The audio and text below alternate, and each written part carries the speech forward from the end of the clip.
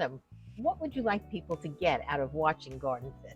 Well, I really hope they get a better understanding of how their body works, because I feel like there's a real gap in general knowledge about this thing that we all control. For sure. And you never really get movement instruction. It's just not a common thing. And so throughout the season, I've really broken the body up into different areas, and hopefully people can gather that understanding and really make the connection that a lot of their pain really may just be coming from repetitive stress in poor position, and the solution may just be straightening back up and really learning how to use these different areas of your body a little bit better.